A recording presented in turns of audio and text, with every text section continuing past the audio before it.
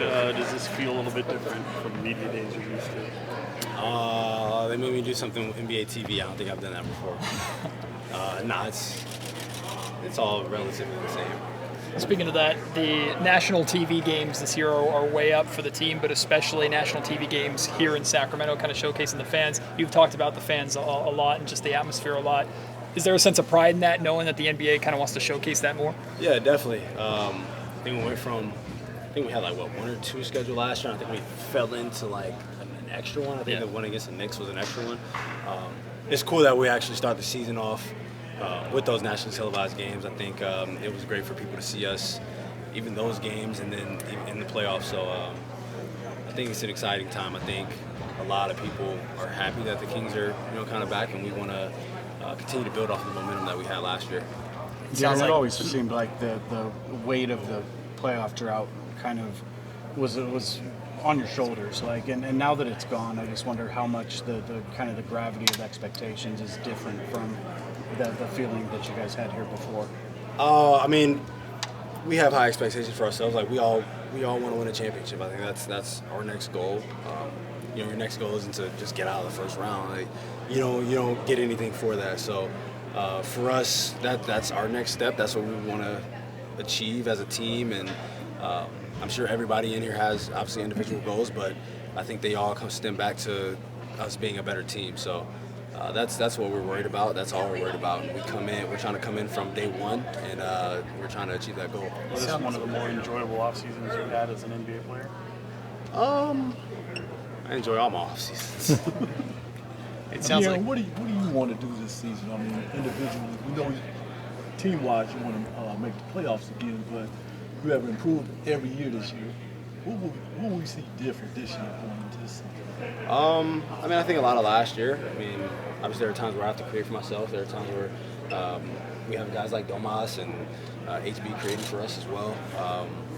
I mean, I think coming back to it's always the three-point shot. I think that's always the big thing. I started off well last year and kind of went down, but I want to be more consistent on that and then just continue to be better as a defender. I think that'll help our team as a whole. Your name has been in the Team USA possibilities. Is that something you'd be interested in if you were invited? Things change in the future. Right now, it's not something I'm worried about. It seems like you spent a lot of time with Keegan throughout the offseason. How do you see him grow, and what do you think are reasonable expectations coming into this year? I mean, just being around him, just as a person, just coming out of a show, it's definitely been great to watch and great to witness. I mean, he's becoming more comfortable putting the ball on the floor. Obviously, he's one of the best shooters in the league, and that's not going to change anytime soon. But for him, it's really us trying to add another player that can create for themselves at some point. Obviously, the way that we play, we don't need him to do it a lot, but there are times where the clock's winding down or he might have a mismatch and he has to go to work. So I think he's become a lot more comfortable doing that. Speaking of Uncle Keegan, your family's growing. There's been a lot of talk about this organization taking on kind of a family environment. What's your take on just like how that's happened over the past year? It's funny. A lot of people had babies in the organization this summer. It was I think it was like 5 or 6 babies. It's great to come in here knowing that you're going to work, but knowing that you have people in here who actually care about you, your well-being, your family. A lot of people have. I think most of the coaches' kids are like all around the same age, so it's dope being able to be around a lot of people who kind of just grow together, have their kids grow up together. It's just a fantastic environment to be in, but. Every time we come in here, we know that we're going to get after each other. We know that coaches are going to yell at us and cuss us out, and you know that it's what's best for us. It's never getting taken personal. And as a team, you need that. You need that type of, I don't want to call it adversity, but we need people to get on top of it, to get on each other. And a lot of times it's better to come from a player than it is from a coach because we know that we all have a common goal. Having the experience that you did last year with so many guys that are going to be around you this year as well, how much do you feel that kind of benefits you as you go on this journey? I mean, I think just having the experience of last year and being in the playoffs and seeing what needs to be done, I think is very beneficial for us. But like Mike has said before, we have to be playing defense and be physical from game 1 to game 82 and then however many games we play after that, rather than going into the playoffs trying to amp that up because now guys might not have been playing that hard. Now you're tired. Now your shots are different. So we have to try to do that as much as possible before getting into the postseason where you're just trying to flip a switch. We know we can't do that. I know you were excited about adding Sasha. I'm curious, what stood out to you now that you've seen him play a little bit out in these workouts? Man, he shoots the piss out of the ball. It's crazy. Like one of our shooting drills, I think is like 150 shots, and I think he missed 7. Like he's up there with some of the best shooters in the world. And for us, we're telling him, because I think when he first got here and we were playing pickup, he's kind of trying to fit in, and I think he traveled more than he did in EuroLeague, and that's saying something if you're traveling in the NBA. But we want him to be comfortable, and we want him to know that he has a green light to shoot the ball. I mean, like I said, one of the best shooters in the world. That's why you're here. We want you to shoot the ball. If you think it's a bad shot, it might not actually be a bad shot. But once he gets it going, man, it's like the net's not even moving. It's crazy. We're actually just sitting there watching him shoot the ball.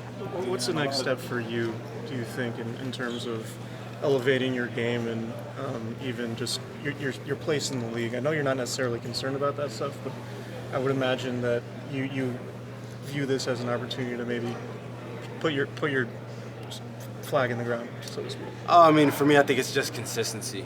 Just being able, for as many games as I play, be able to affect the game every single game that I'm out there. And I think that's what separates good from great from good players and good from bad players, is how consistently can you be great, how consistently can you be good. And I think that's the next step for me. I don't want to have a 2 or 3 week period where I'm just not playing well. Just try to cut those slumps in half as best as I can, for as many games as I can. You said at the end of last season is the first time that it really stung for you for the season to come to an end. Was that different motivation this offseason at all? Did this offseason feel a little different because of that sting? Yeah, for sure. Just knowing what it felt like, knowing what it felt like to be one of those teams that you don't know when the last day of your season could be, because there are times where April 15th or 14th, whatever it is, that's the last game of the season. So going into it, especially going into Game 7, we could have either been our last game, or we could have had 2 more weeks of basketball. So I think that's what stung the most, knowing that we had a chance to be playing for a longer period of time.